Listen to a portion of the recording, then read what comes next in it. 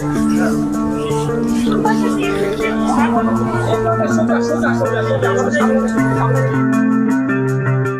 রাগ অভিমান ভুলে শাকিব খানের প্রিন্স সিনেমা দেখতে বসুন্ধরা সিনেপ্লেক্সে এলো অপু বিশ্বাস।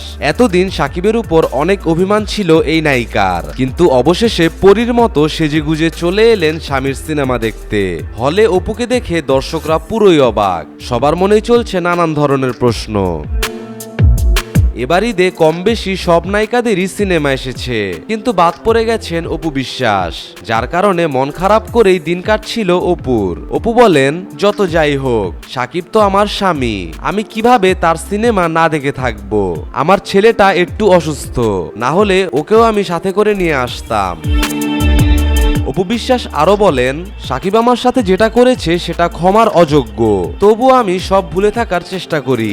এজন্যই আমি সিনেমাটা দেখতে এসেছি, সাপোর্ট দিতে এসেছি। তার প্রতি ভালোবাসা দেখানোর জন্য আমি এখানে আসিনি, শুধুমাত্র সে আমার স্বামী, তাকে সাপোর্ট করতে হবে এজন্যই এসেছি, আর কিছু না।